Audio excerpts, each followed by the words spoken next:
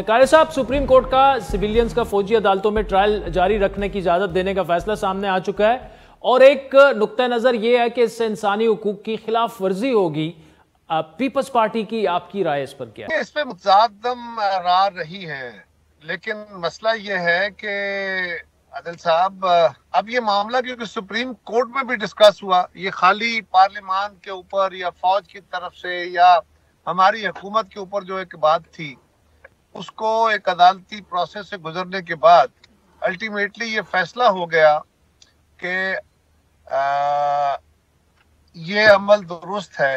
और ऐसे लोग जो हीनियस क्राइम्स में, जो इंतहाई घिनौने जराइम में, मासूम लोगों के कत्ल में शामिल हैं, उन लोगों के खिलाफ ओपन ट्रायल वाली गवाहियां कहां से मिलेंगी? ये बात मुझसे मुराद मेरी जमात से बेहतर कौन जानता है आदिल साहब कि हमारे खिलाफ इस मुल्क में बनने वाले खास कवानीन हमेशा इस्तेमाल हुए। वो दहशत गर्दी के कानून थे, वो ATA के कवानीन थे, वो हमारे खिलाफ इस्तेमाल होते रहे। लेकिन इसके बावजूद हम समझते हैं कि इन हालात में जब मुल्क के सूरत हाल में है तो एक स्पेशल कवानीन की सूरत में बहरहाल ये जरूरी अमल था। लिहाजा और क्या किया जा सकता है? अब तो ये अदालत ने फैसला कर दिया, लिहाजा मैं समझता हूँ कि अब इसको टॉलरेट करने के अलावा और क्या सूरत है। अब तफसीली जवाब आपने दिया, जाहिर बात है सुप्रीम कोर्ट का फैसला है, सबको इसका एहतराम करना होगा। लेकिन मुखालिफ पॉइंट ऑफ व्यू है कि अदालतें पहले भी ऐसे फैसले दे चुकी हैं जो सियासतदान और सिविलियंस के खिलाफ माजी में इस्तेमाल हो चुके हैं और उसको एक्सप्लॉइट किया जाएगा। जो जमातें ऐसे फैसलों को वेलकम करती हैं, पीपल्स पार्टी की जो तारीख हमारे सामने, इससे बेहतर मिसाल हम दे नहीं सकते कि फौजी अदालतें माजी में किस तरह आपके खिलाफ इस्तेमाल होती रही। क्या कहेंगे आप? आदिल साहब, देखना यह है कि इस वक्त मुल्क के हालात क्या है। पीपल्स पार्टी ने कभी भी अपने आप को सामने नहीं रखा, अपनी सियासत को सामने नहीं रखा, हमेशा मुल्क और मुल्क के मफाद को सामने रखा है।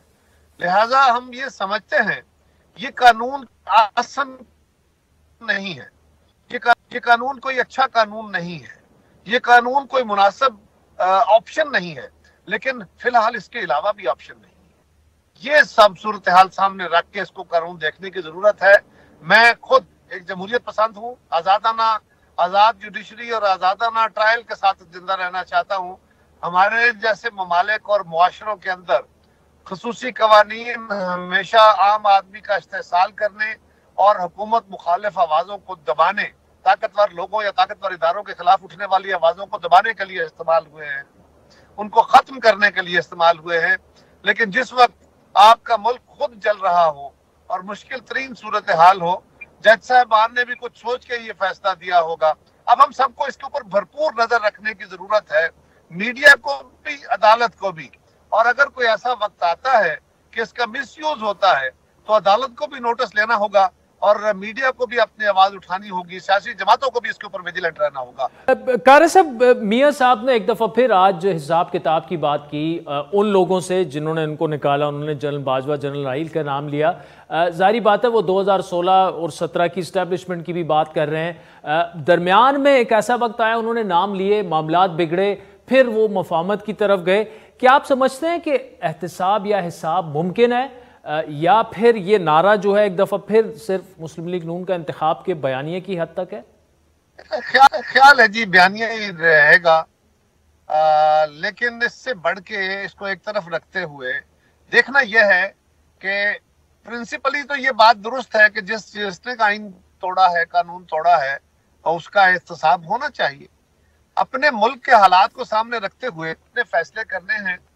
और मियां साहब को भी ये समझ है, बीबी शहीद ने इसका एक रास्ता दिया था हमें, कि हमें पाकिस्तान को एक COD के तहत जो एक ऐसा इदारा, ऐसा फोरम, ऐसा कमीशन जिसके अंदर ट्रूथ एंड रिकंसिलिएशन कमीशन की रूह के तहत ऐसा कमीशन बना दिया जाए, लोग अपने ऑफेंसेस का एतराफ करें और एक आम माफी हो, और जो कोताहियां, गलतियां हैं, उनके अजाले जो हैं वो सजाओं की सूरत में ना हो, बल्कि मुस्तकबिल में उन ट्रेंड्स को रोकने का जो रवैया है वो इख्तियार किया जाए। मेरे ख्याल में वो ज्यादा मुनासिब और मौसर तरीकाकार है।